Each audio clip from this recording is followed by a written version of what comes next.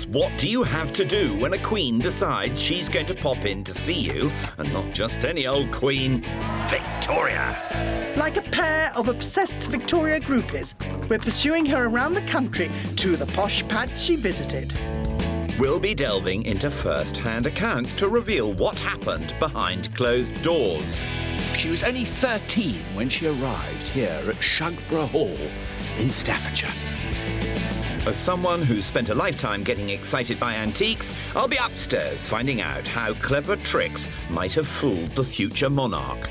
Not so much smoke and mirrors, more like ceiling and pillars.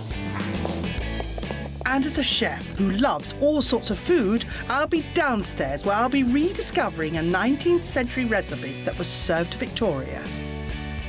Do you use one of these? No, I want one. Can I take that home with me? No way. Took me 2 years to find one. And seeing if Tim is game enough to try it. I say they did live well, you know.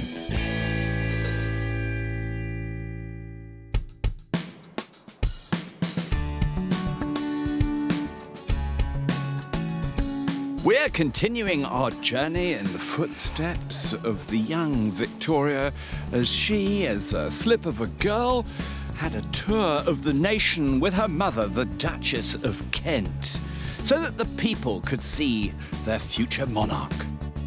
The young Princess Victoria had travelled from the much grander and much larger Chatsworth House further north following a successful visit.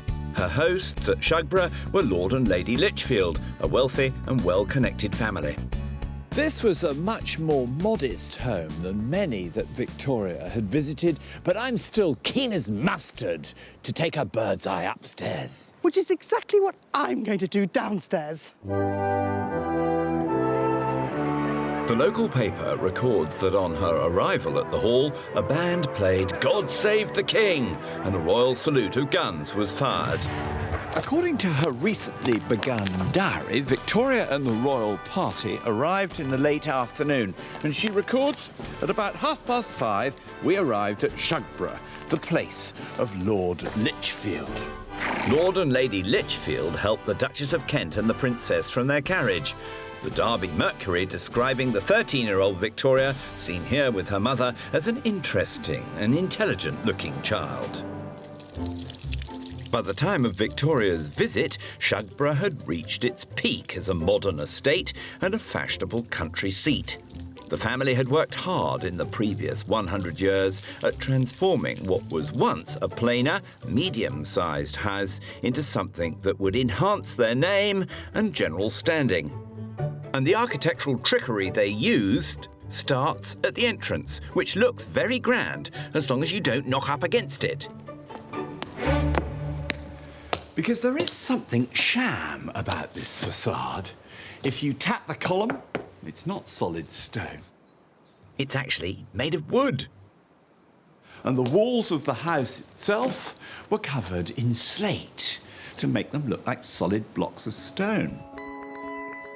It was no doubt good enough to fool a 13-year-old, and inside, the clever tricks to impress continued.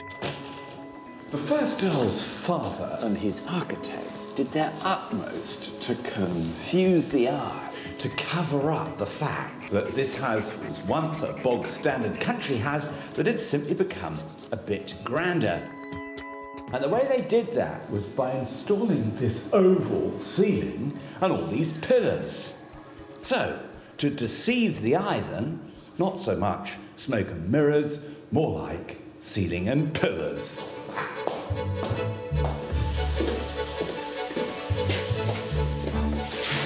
Today, Shugborough is still run as a working and historic estate, with the staff still doing all the jobs that would have been done when Victoria was here. And at that time, like any respectable country pile, it had an army of servants. In fact, 4 years before the visit in 1832, it was recorded that 109 full-time salaried staff were working on the estate. This is where the unmarried staff would have slept, in the stable yard. The men would go that side, and the women would sleep that side. So there was no horsing around here, thank you very much. The staff wore different coloured uniforms because it made it easier to spot if they were in their rightful place. Red was worn by the kitchen maids, blue by the laundry maids, green by the stillroom staff, and purple by the housemaids. The housekeeper and the cooks had no official uniform. This itself was a form of status. Men at Shugborough also had colour coding to their uniforms, but unlike the women, they had expensive specialist uniforms from livery makers in London. And the staff would have dined here. The servants' hall was the hub of downstairs life. With the young princess upstairs, this place would have been abuzz with tension and gossip. With a royal visit to cater for, the household stocked up for lavish dining. And Ivan Day, our food historian, has got his hands on a wonderful document, a list of the food and drink consumed during Victoria's 3-day visit. 76 pheasants, 38 partridges, 10 hares, 54 fowls. In fact, it says at the bottom here, 195 head of game and poultry. So I thought we'd do something with pheasants. Fantastic! Today's royal delicacy is a dish invented by a famous French chef called Antonin Carême, who dominated this period. It's called fillets of pheasant à la chartreuse, and like so much Victorian cooking, it's very complex and time-consuming. Chartreuse was a very elaborate vegetable dish where you used little discs or squares of cut-out vegetables, Yes. so you got wonderful colours, and you arrange them like a mosaic. It's beautiful. It's so ornate. The mould has been lined with paper that is smeared with butter, and stuck to the butter are the vegetables cut into shapes. The next stage is to fill the mould with pureed potato. We've got to put a couple of egg yolks into there. And this will help to stiffen it up, won't it? Yeah, it when will it's set. cooked, it'll set, exactly. Yeah. And it's nicely seasoned with pepper and salt, and it should be quite thick. There we go. Right. Now, this is the difficult bit because you have got to get all of that puree in there without disturbing them. Slip it down, So slip it down. the best way is to slide a little bit in at a time. This dish was a hot entree served after 3 or 4 courses of what was frequently a 9-course menu. These were the fanciest savoury dishes that the chef could muster up. They'd eaten a lot of food already, and these were just to whet your appetite, really. You saw all these beautiful patterns and colours, and you felt hungry again. Right, Rosemary, well, I think that's ready. I'm going to put this on to poach for about 40 minutes. Okay.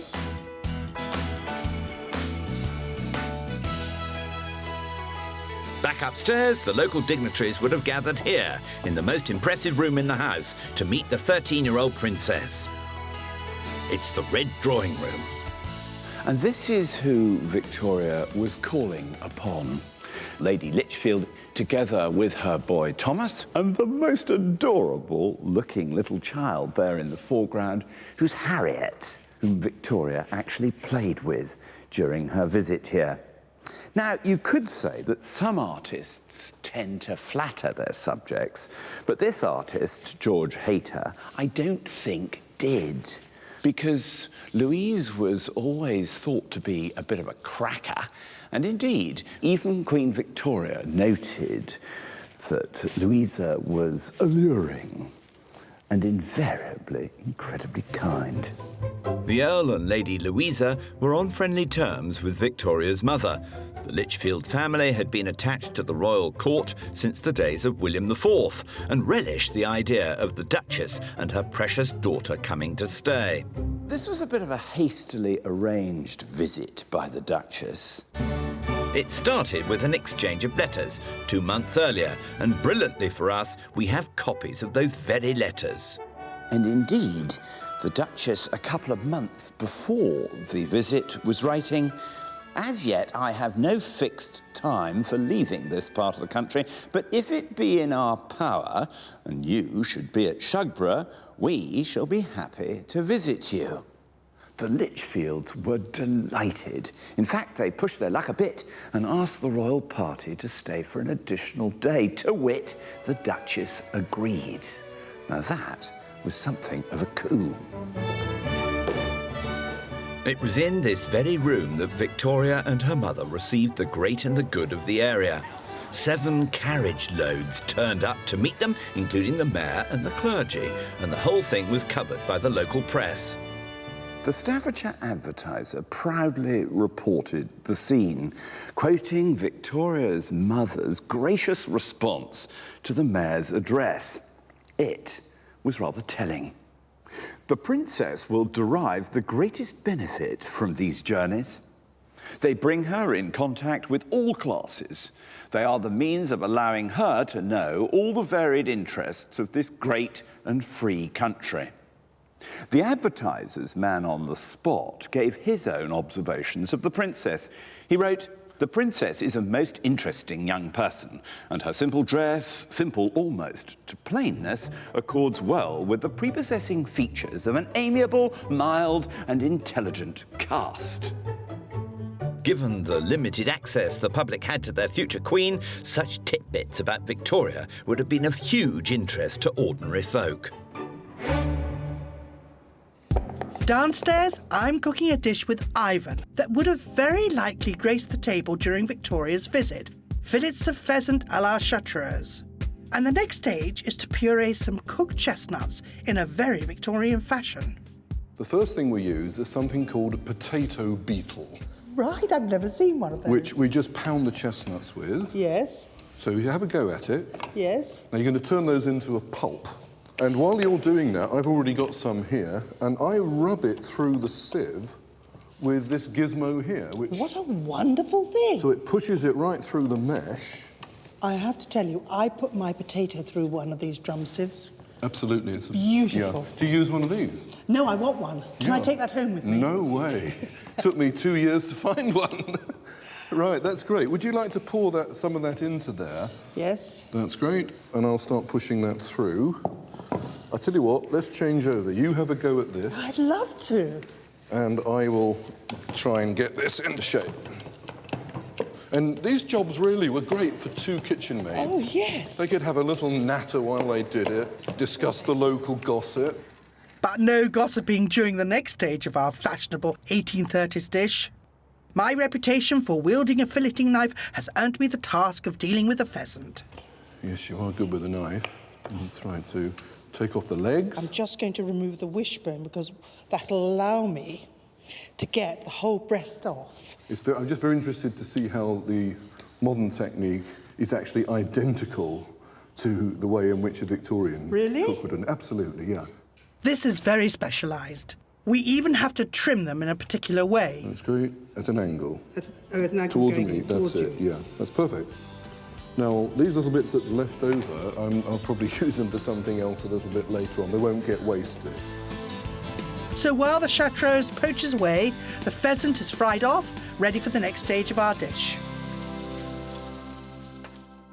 Since becoming heir to the throne at the tender age of 11, the princess was kept under 24-hour surveillance by her mother, the Duchess of Kent. Such was her paranoia that something untoward might happen to her. The sleeping arrangements while at Shugborough backed this up. Victoria slept in this bedroom with her mother, most likely in the same bed, just like she did back at Kensington Palace. On the second day of Victoria's visit to Shugborough, the party went from Lichfield the home to Lichfield the place, where more of the people could see their future queen. Victoria records in her diary, "At 10 we set out for Lichfield, the whole party going, children and all. Lord and Lady Lichfield went in our open carriage. We proceeded to the cathedral, which is quite beautiful, the figures worked in stone on the outside, and the 3 beautiful spires are worthy of great admiration. We went into the interior of the cathedral, into a pew, and the choristers sang an anthem."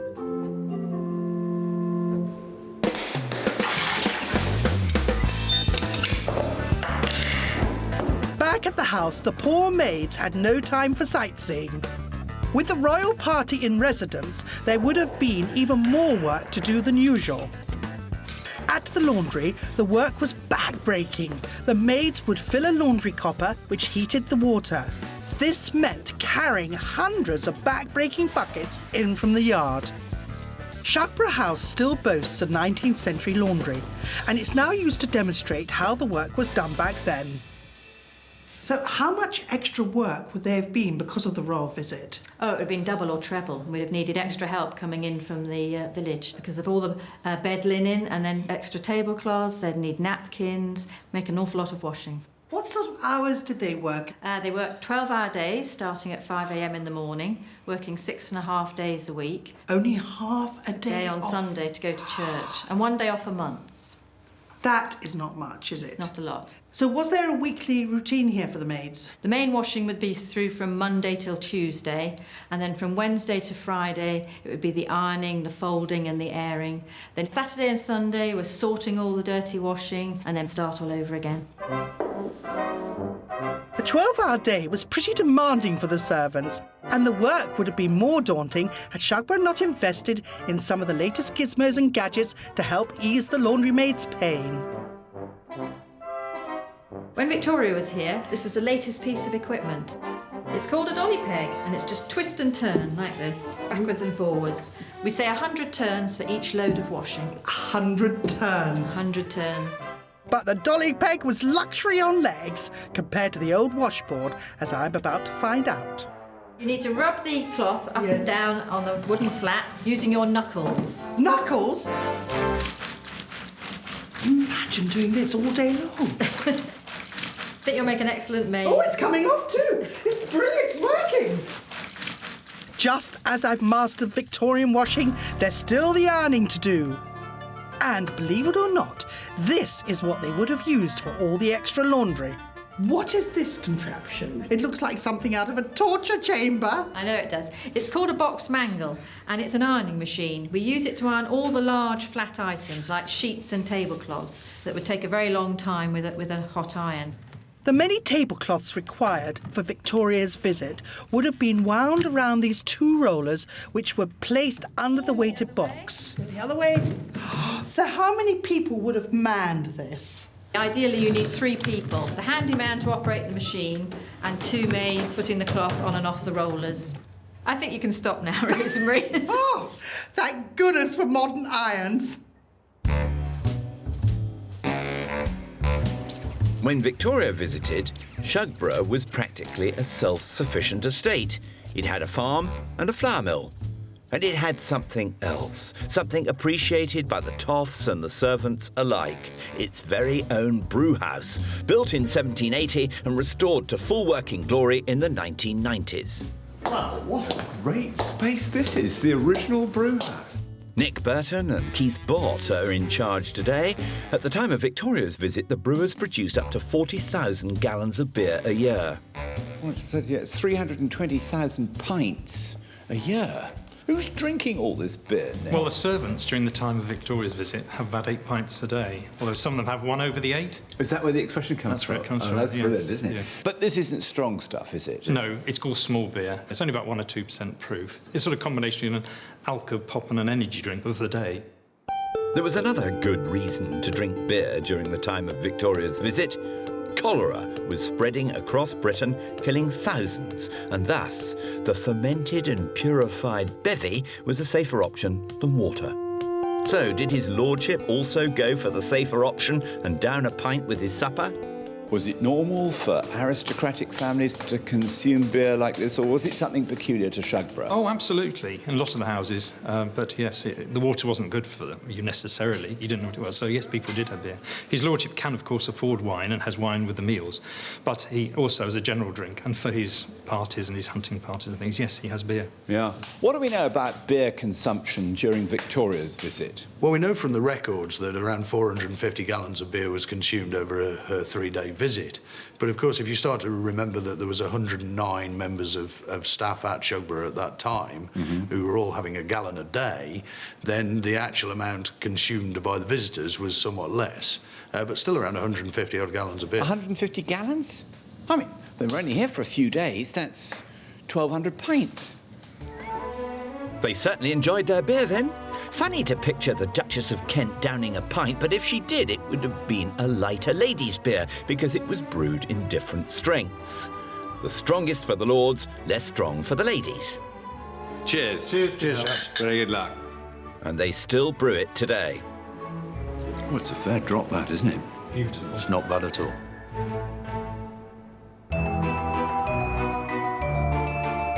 Back in the kitchen, our pheasant has been fried, and it's time to see if our chartreuse, which has been poaching for 40 minutes, has worked.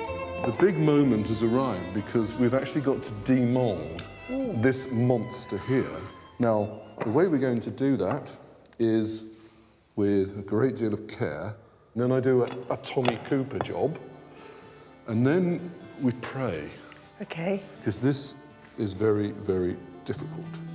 Easy does it. Just look at that. And it's the butter in the mould that enables us to get that off. That is beautiful. Steam coming off it. Now, it's named after the Carthusian monks, whose monasteries are known as charter houses in France, that's Chartreuse. And they were meant to be vegetarians, but they often weren't. And usually a chartreuse is a shell, a beautiful mosaic of vegetables on the outside, but often hidden inside are pigeons and sausages and things. And it's a satire, really, on the fact that these monks broke their vegetarian vows because the meat's all hidden inside. I never knew that. Fascinating. Time to delve into our chestnut puree. You just taste that now. It should be delicious. It's nicely seasoned. It's been cooked in the pheasant stock. Absolutely delicious. Yeah. I'm now going to fill the centre. Yes. And I'm going to very carefully build it up into the shape of a turban. Oh. It was a very, very common and popular form of presenting an entree. Lovely though this recipe is, to our modern eyes, I think it looks rather peculiar. But much like today, the food reflects society. The Victorians were, after all, engineers and builders, and their food was heavily engineered too. There's just one more thing left to do before we serve it to Lord Wonnacott upstairs. Thanks. Victoria's host, Lord Lichfield, was a very jolly fellow by all accounts, but he was also described by contemporaries as an extravagant and imprudent man. A bit of a waster, then. Hosting the princess and her mother cost a fair bit, but a gambling habit cost him far more. In fact, 10 years after Victoria's visit, it cost him almost the entire estate. And he created his very own gaming room for his addiction. Oh, hello. I bet the very young Victoria saw this building, but I bet nobody told her what went on in here. This is Shugborough's Tower of the Winds.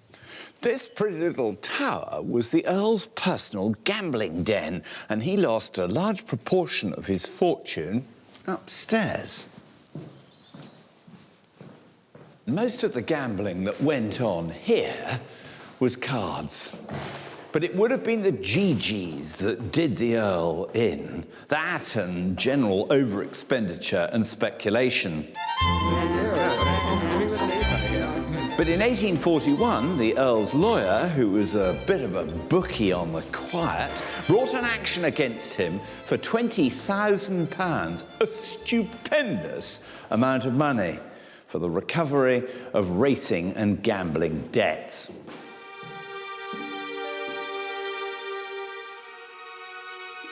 To pay off his debts, Lichfield had to sell the contents of Shugborough. He hung on to the family silver and some portraits, but everything else had to go. He made almost £1 million in today's money, but the shame of it all sent him abroad. So, just 10 years after Victoria's visit, the place was mothballed and became silent. A small part of it was occupied by a gardener and his family, and the Earl headed off in his coach for a quieter and more economical life in France.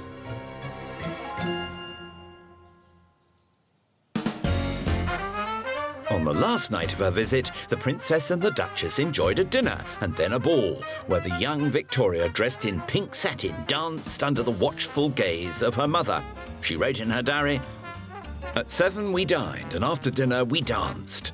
I danced 3 quadrille, first with Lord Anson, then with Lord Paget, and then with Lord Russell. And we are to be served our fabulous pheasant dish, as she would have been in the very same dining room. Served? We're going to be served. Gentlemen, What's a turner? I fancy we've got the butler and the under-butler. we certainly have today. Oh, lovely. And what are they bringing us, Rosemary? This is fillet of pheasant à la chartreuse. I tell you what really grabs me first off. What does? Is the way these little baby vegetables have been so artistically arranged. Marvellous, isn't it? You have to have the patience of a saint. You need the patience of a saint and the income of a lord. You certainly do. Awful lot of chat about this, Rosemary. I'd like to try a bit if I could. Now, this is going to be interesting, because there's definitely a process here. The butler takes it and gives it to the under-butler. I'm learning something here. Yep. Then the butler does the actual portion control. And his lordship gets his 2 slabs. Does look jolly good, I have to say. Everything's in season. Oh, that. Oh, The chestnut in the juices. I say they did live well, you know. As it's so incredibly romantic in this dining room, what with the candle lit and everything, I've got a little treasure for you to have a look at. what is this? It's a little brooch for The youngest of the Lichfield children. that we've seen earlier in a Yes. portrait. So she'd have been about 4, and Victoria was 13, and they played together.